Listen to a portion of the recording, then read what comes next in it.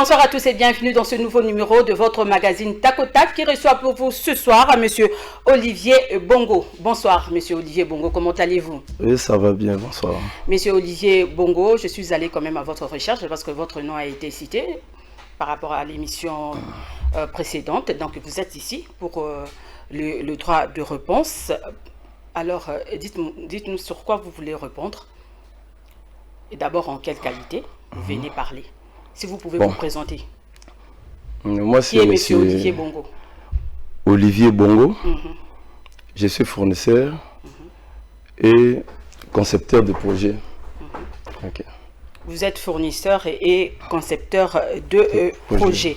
Ben, c'est ça. Mais avant de poursuivre, je vous laisse quand même vous rafraîchir la mémoire avec cet extrait de l'émission précédente et nous reviendrons juste après. Une société, agence de publicité, panneau géant. Facture, client, ministère et PST. Des documents authentiques, maman. Production pour Congo Central, lave-main.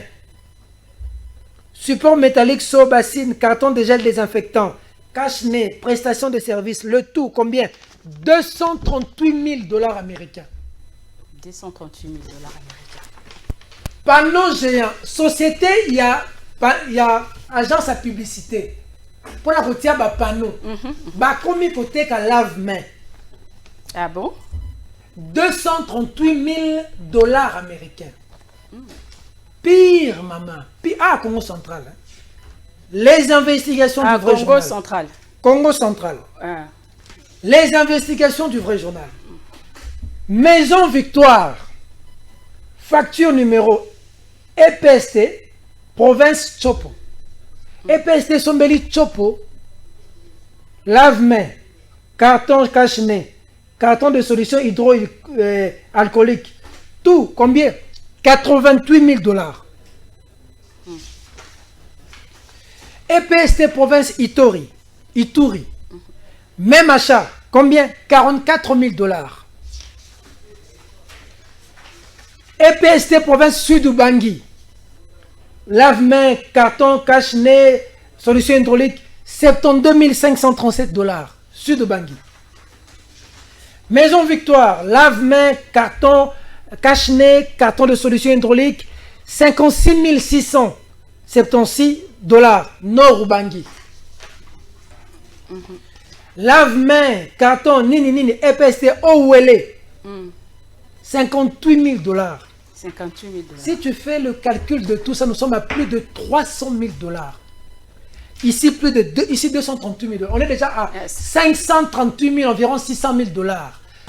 Mesdames, Mesdemoiselles et Messieurs, je suis ici à la maison Victoire Construction. Nazwaki Cop ndeka master yebinga na zalaka ya nami ayebinga na fortune na domaine de construction apesinga marché à fabriquer banc habité pesa kombo ya structure na yo ekota apesi komba structure na nga Victoire Construction ekoti apesinga marché à kosala banc balobi premier lot ezaya 100 000 mais tokosala 25 000 bancs après tokosala mosusu. Mais balobi lokola makambu ya ba 100 jours esalaki mwa kokoso bambongo ebimaki soi-disant neka bambongo ebimaki na wayoka nezaki mamba baso du mouton l'état venu sopia batu mbongo te bosala na mbongo na bino bakopesa Bo préfinancé. To préfinancé Baba wana to préfinancé yango. To préfinancé baba to sali pour preuve to ko na atelier za na simawa. Il y a d'autres bancs to livrer premier lot na Saint-Michel, il y a 400 pièces. Jusqu'aujourd'hui na bandal so boke bo mona baba ezal pipitre en bois ba 6 eza métallique. Tozana mususu awa tokena même na ministère ya mais les gars petit la TV tokena na ministère ya culture et art pour na protéger marque na biso mutu muso asali yango lokwa na ba porter plainte jusqu'aujourd'hui nanu tozu mbongo na biso te tozana ba mabaya to somba kikutu et baby et c'est fissuré na moipo moi to fabriquer za to fabriquer to getika no mbongo liboso na tozuite tozozi là ba contacter biso côté maintenant ba ju facture na biso. But quand ici babiloko na bango mususu bake kokotisa biso totekaka lave-main awa te totekaka cache-nez awa te totekaka solution hydraulique te parce que eza quincaillerie tokoteka babiloko wana ndenge banani basali botraitaki na banani natraitaki na Olivier ye atraitaka na atraitaka na bapetit frère ministre na mwana na ye bango nde bakolo structure oyo bango basala structure na bango biso tosous-traite mpa na bango ali nde bazwi facture na biso lokola biso za assise toza établi bakotisi babiloko na bango mpo facture wana je n'ai jamais perçu même 1 euro na facture wana je n'ai même naza ta na trace ya moko te donc nakozwa ku trace epa na bino oui faut na photocopier na photocopie bino na tikela bino boza nga naza ta na trace te parce que pour preuve Monsieur Olivier traitaka na bana na baleki ya ministre Willy Bakonga ministre pesté Willy Bakonga maintenant comme on est là ceux qui même numéro nango mon eza wana te ils ont changé même numéro batie ya bango donc numéro eza cachet oyanga te nous avons notre cachet je vais vous montrer notre cachet.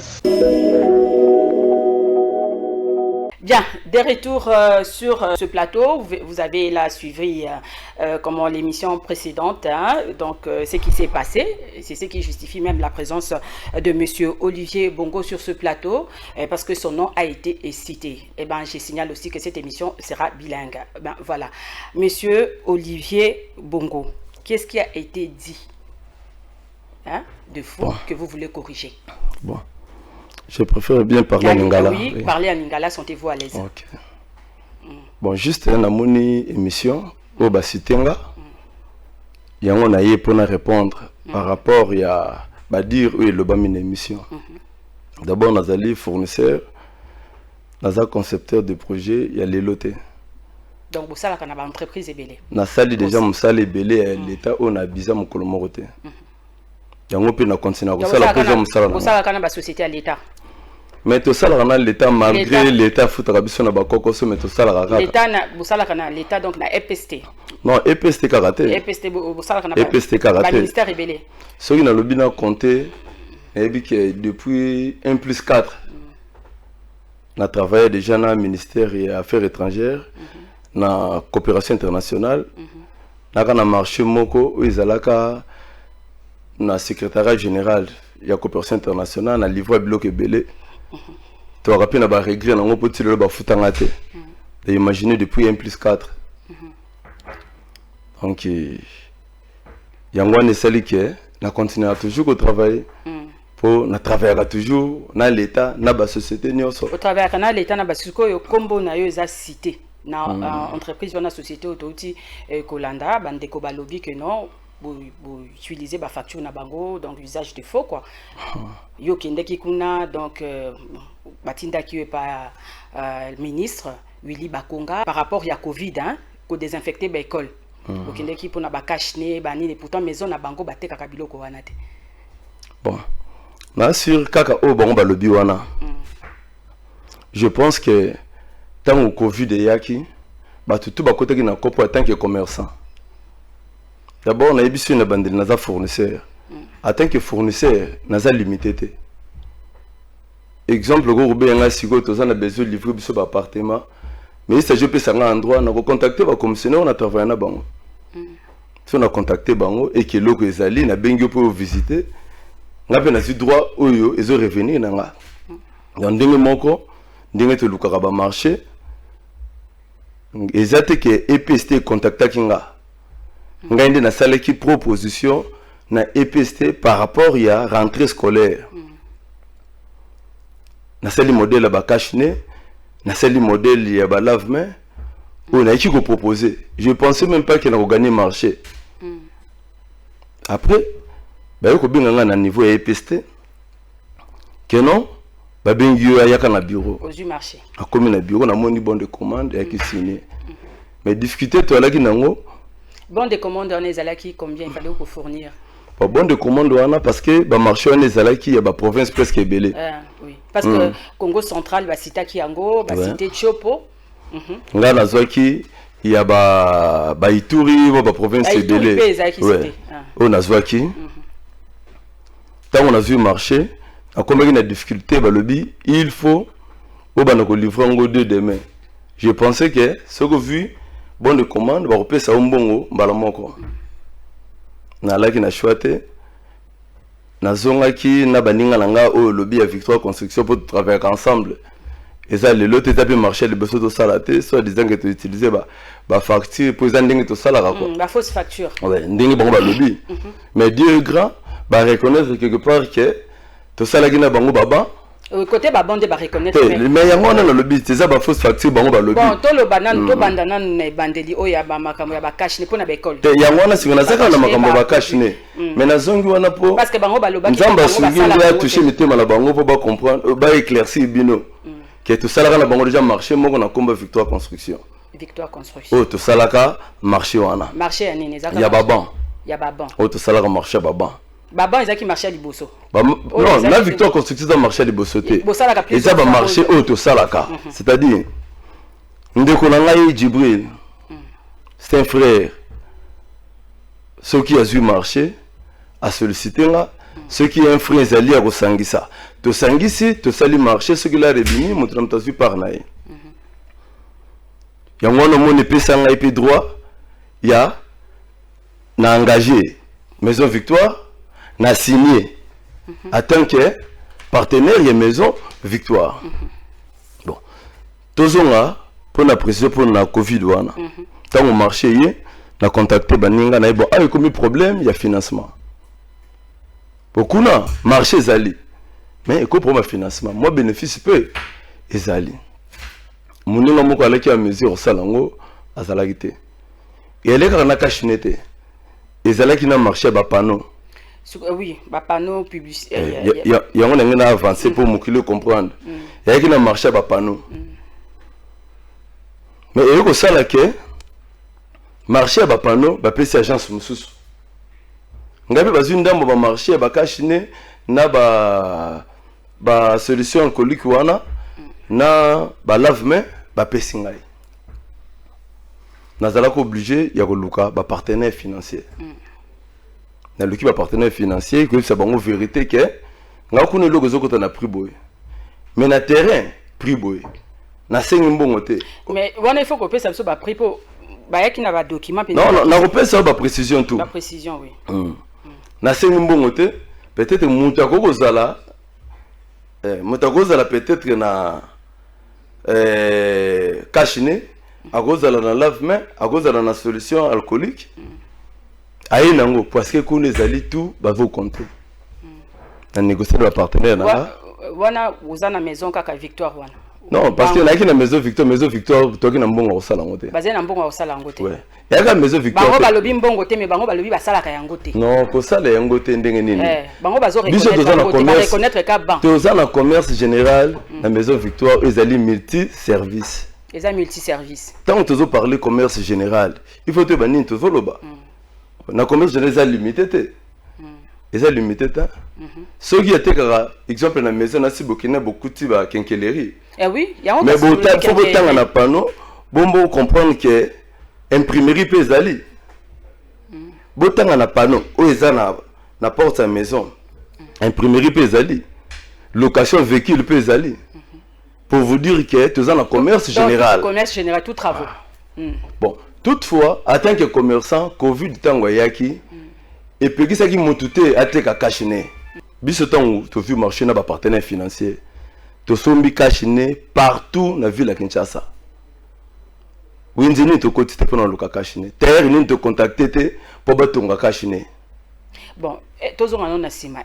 Bozui ba pesio commande na ministère. Que non, ba ça a besoin ya autant ba cachiné. Mbongo ebimaki to ebimaki te. Bon. Yango de comme ndeko loba wati. Na ministère bango baki na mbongo na bango permanent. Et puis oui, ça biso combien ebimaki pona. Mais oui na loba na. Oui. Baki na mbongo na bango permanent. Mais baki na confiance il y a ba disons encore il y a bato ba pesa commande te na sens wana parce que biso to yebi kala laka ba pesi bino 60% en commande le reste na livraison. Mais ba lobi na biso il faut biloko comment avant ba futa biso.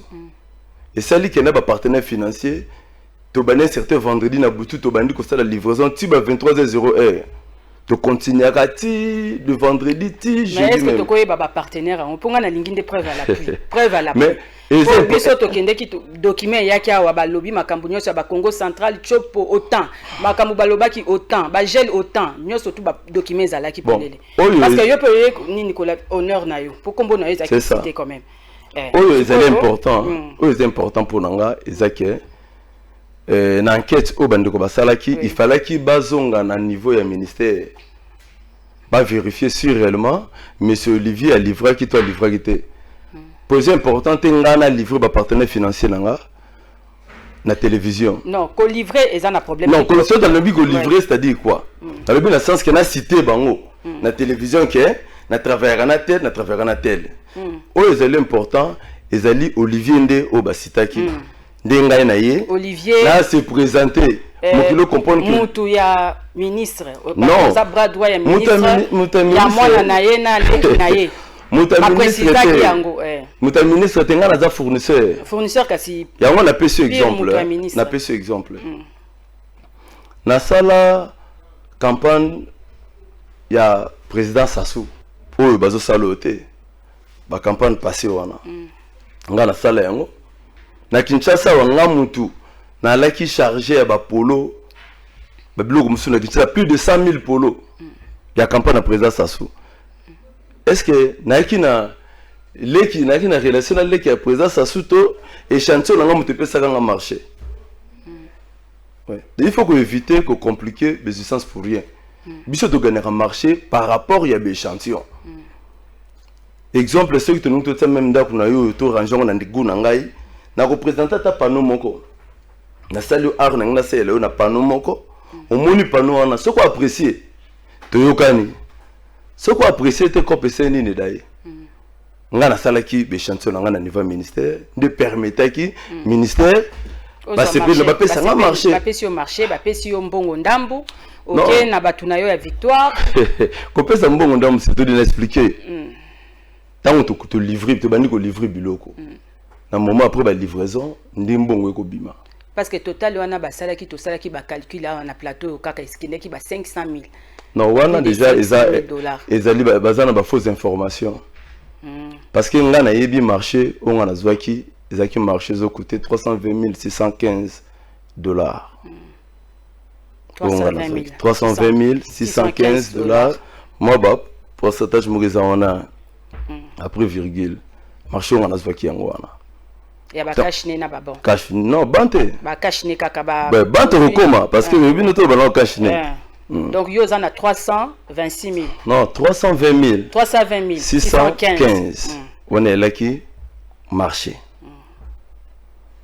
Dieu est grand te livrer peut marcher et pas client nanga za là qui satisfait bo livrer qui wapi na EPST oui d'accord et qui na ba agent ya EPST o ba na ko compter combien cantine moko et bende moko cash ndenge moko carton et solution alcoolique moko parce que carton beaucoup font la tête et ça déjà na carte na libanda on va commis déjà nombre de pièces tant voilà qui exemple na autant de pièces va calculer nombre de cartons divisé par nombre il y a ba flacon là et coquille va pointer ozui mbongo na yo tant on a sisi musala nanga sisi musala na yo ba pesi yo ba pesi ngala nanga diku uti koloba na sikoyo tant on a zupelar na ko garder ngo pour nanga moko te même na ki na parler nanga na bengi ba partenaire nanga to kuta na place mutu na mutu ava par na ye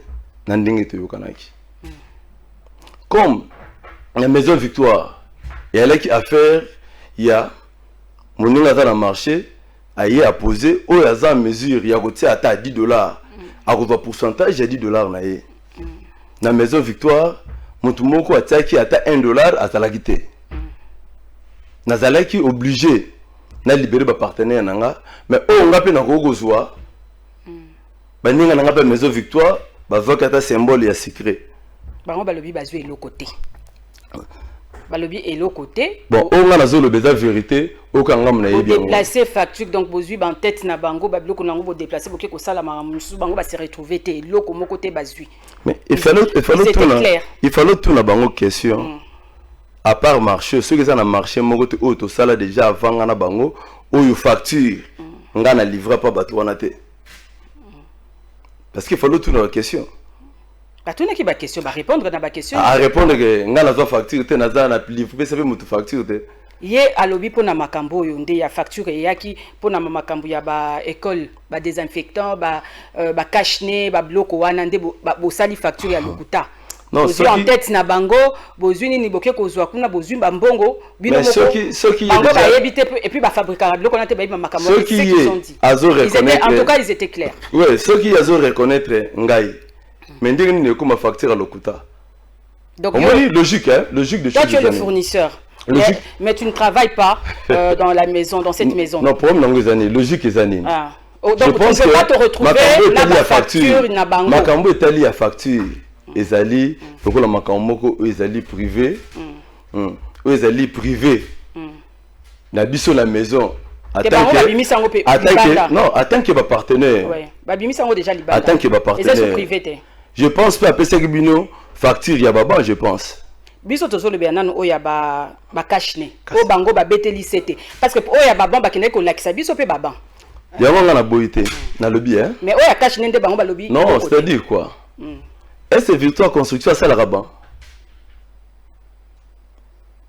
bagi na Victoire Construction bon modèle modèle là-bas à ça la rabat et ça commande quand ndenge bolobi copie mais est-ce commande ngam na pesa ki Victoire commande donc na marché de travailler en partenariat oui vous voyez travailler en partenariat mais bango va se retrouver toi tu es un partenaire tu es un fournisseur mais tu te retrouves avec ma facture na bango mais comment c'est ça le problème comment mon problème est allé si j'ai bien compris et comme pour motema mabe comment mutu alingi a bénéficié kaka na marché ya moninga mais entre-temps et ça marché moninga zui ezo un financement ba pekisa ki mutu moko te a contribuer ne fût-ce que quelque chose parce que tout ça clair on va passer une étape mususu na makambo oyo ya ba cache-nez ban qu'est-ce qui est faux bon ça c'est loko za faux bon logique nga na part na nga na za l'aise parce que kombo no tanga maki mais oui ya bona ko to okende kolela na nani na tomba papa na bino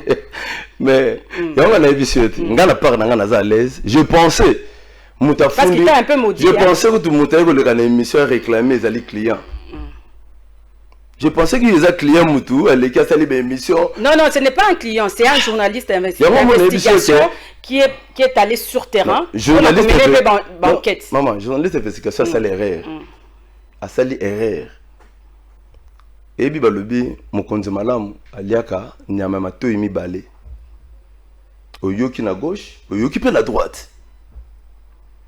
Ngai na engagé Victoire Construction. Oasio kayoka ki na gauche ayoka ki na droite. Ya wana kendi. Na expliquer ce que na yoki el moko. La type yoki el moko. Na engagé Victoire Construction. Oui. Tant on a engagé Victoire Construction, na gagné marché. Oui. Na zongi na baninga nanga poto sankisa ndenge zalaka. Possibilité zate.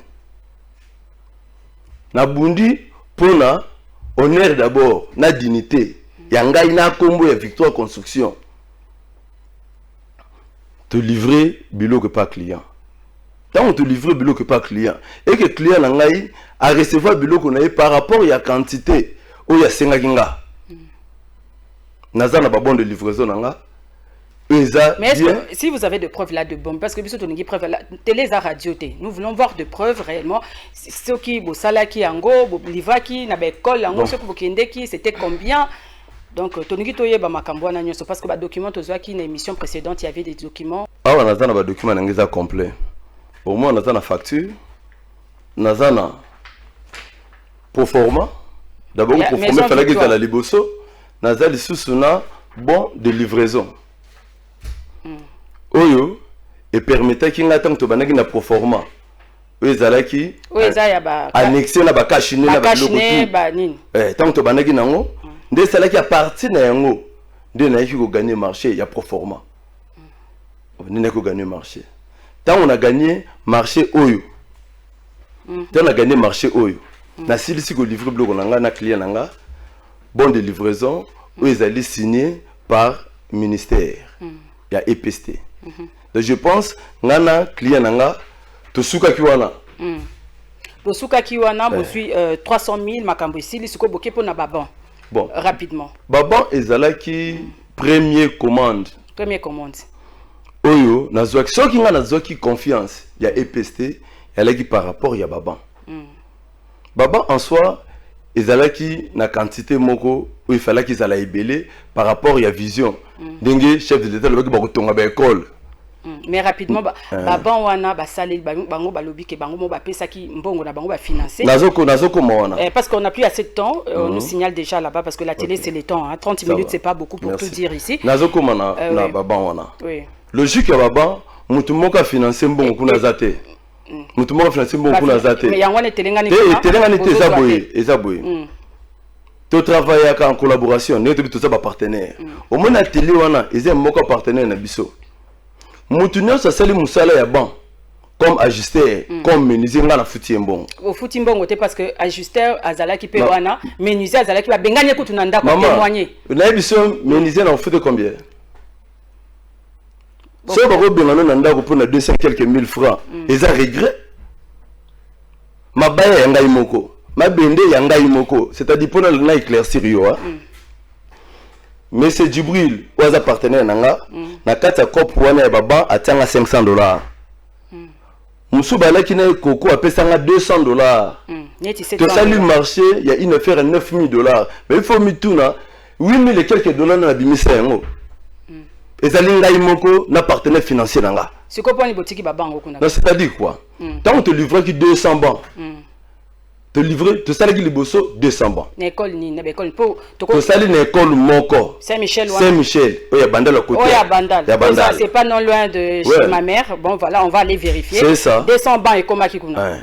Te livrer 200 bancs. Oui, je suis en train de noter. Quand on te livrer 200 bancs, bah la difficulté quand même mais qui quoi qui bon moko donc bah ce que le co là 199. Normalement commande à Baban Zaki combien? Il fallait combien? Commande à Baban et elle a qui total 200 bancs. D'abord pour l'école moko parce que le bac tous là bah pesa biso chaque école na quantité yango 200 bancs au salaire qui a quand on te livrer 200 bancs bah pesa biso mbongo izalaki ya 100 bancs na FPN pour bango bazolo bango bazo maîtriser te FPN na pesa mbongo ya 100 bancs 100 bango combien pour mbongo ebimi wana ba monta ebele maman yango na lobby na préféré bango ba ya document.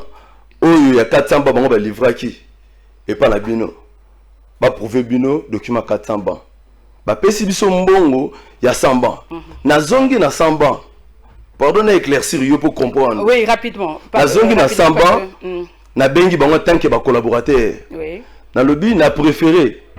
Na pesa, bah, partenaire financier. Pour monter mes élèves au kita. Le reste, c'est ceux qui va fouti. Dès la pesa, bino ba collaborateur nanga. Mais entre-temps, mutu na mutu par rapport ya mbongo ya pesa ki net yé Djibril la pesa ki $500 et ça là qui une affaire il y a ba 12 et quelques bancs. Le quoi là contrat na ngana bango izala ki $10. Na $10 wana ceux qui ozana 10 bancs. Tu ozana $120 na $120 yo ozo 60 ngakoro marché na ozo pe $60. De la remeta ki bango ba par na bango. Osko tozo zela ezaki ceux qui ba futinga na bengi ba partenaire financier na pesi bango pe par na bango na bengi pe bango ya na musa to ça ka ba partenaire un peu na binango. Bah pendant ces temps quand même population ils a quand même révolté à koyeba que bambongo ebele ebimi et que na ba province mususu biloko comité bo livrer ba biloko côté yo lobi ozaki kaka na 300 000 mais ah ba document ya ki na ba monta plus de $500,000 mais yo ozali neti peut-être na moitié 300 000 nde yo zwaki oso zwaki mbongo mais ba biloko e comité. Non, la question on a fait au ministère. C'est pourquoi le ministre, on reproche au ministre de confectionner, d'avoir confectionné de fausses factures. Même dans les quincailleries. Maman, pardon. Est-ce que le ministère a signé bon de livraison sans qu'il ait réceptionné le locaux? Et ça, l'administration. Et ça, l'administration, il y a un lobby qui est enquêteur. Enquêteur à saluer le salam. Non, écoutez, maman, on a sérieux. C'est ce qui coopère au fond de Kima. C'est ce qui coopère au fond de Kima. Parce que l'accusation $300,000 très grave. $300,000 et le bel côté. Na sala marché à Sassou pour le mogo $5. Et foutanga combien? Et foutanga combien? Et ça vient de le bon retour au pays à Sassou. 60 000 t-shirts ngam na sala ngo. tant aux opé ça combo ya motu luka oyeba ba endroit ya leka ba empreinte na vanda kana Kinshasa adresse na ngeza bien connu. Djibril c'est un frère. Oui. Donc par là vous voulez dire que non, tout ce qui a été dit eza lokuta. Ezali faux. Ezali faux. Oyo Djibril a lobby Maison Victoire et que na moni pe bani na bango ba facture na bango wana eza bango moko mutu ba pesa ki na partenariat. Ezate que maman toza ba partenaire. Ezate usage de faux. Na l'action si comme tu travailles sur la Maison Victoire. Au moins une société Yolo Médical, hôpital. Yolo Médical oui. Bisom to salengoit. Victoire construction, Victoire. Ndé réfectionné Yolo Médical. Mais tout na Djibril na mbongo nani. Parce que toza na TV aza frère na nga za ndeko na nga. Na ebité ni netindie pa loba oya lobby. Mais na Yolo Médical tout na ye na qualité ni pe nga na kendaka pona signer pona voilà. Ce qui t'occupe partenaire té. Donc ministre eza quand même accusation moko ba fausse facture wana accablé ministre il y a EPST. Donc c'est lui qui est cité dans tout ça, mais quand même il faut au moins responsable bazolo bela bon justice, la justice va faire son travail parce que ba document ezali wana to yebi ke IGF azo sala ba makambo moko oye kolobela ki makambo nyo sone ezaki lokuta. Oui. Oye pe pona o sauver honneur na yo. Oui. Mais nga oyo vraiment na ko koloba ezali na salaki musala nanga a bonne du forme et que EPST azoki bloko na ye nde na sengi na enquêteur azonga na ministère akende ko vérifier si réellement ngai monsieur Olivier Bongo na livra te na livra te avant obenga faux facture il faut zonga na ministère ya on a lobby azalana ba fausse facture parce que Maison Victoire et reconnaître Yangote. C'est ça en fait le problème. Si c'est comme ça on a bisaki yo. Et ça dossier interne. Et ça dossier interne et concerne même pas ministre donc là du biso to traiter concerne ministre pour mbongo ebimi na ministère. Mais il y a on a le bité mbongo ebimi na ministère. Bango kuna basali misala ba zumba. Basali musala te. Mutu asali musala ngai. Commande za yanga. Kuna attend que ba partenaire. Ce qu'on nous c'est de trouver le marché moninga faut 1 franc. OK, un dernier mot de la fin comme ça on va se dire au revoir. Bon, mot de la fin nangé allé enquêteur wana azonga les sous na ministère. De deux azonga les sous la Maison Victoire ba pesa yo ba facture ya baban. Ba pesa ba facture ya baban après toyeba. Ce que suite à baban etikali kuna yezandengeni. Maman, est-ce que ce qui est silité mbongo ngai la bimisi mbongo ngai la bimisi mbongo ce qui na ndime vanda bon yo bimisi logo te susu nezani. Bon, clamer l'innocence à la télévision n'est pas forcément preuve d'innocence, hein, mesdames et messieurs. Et cette émission est terminée. Vous venez là de suivre comment le droit de réponse. Vous avez comment le son de cloche, les deux versions. À vous d'apprécier. Au revoir.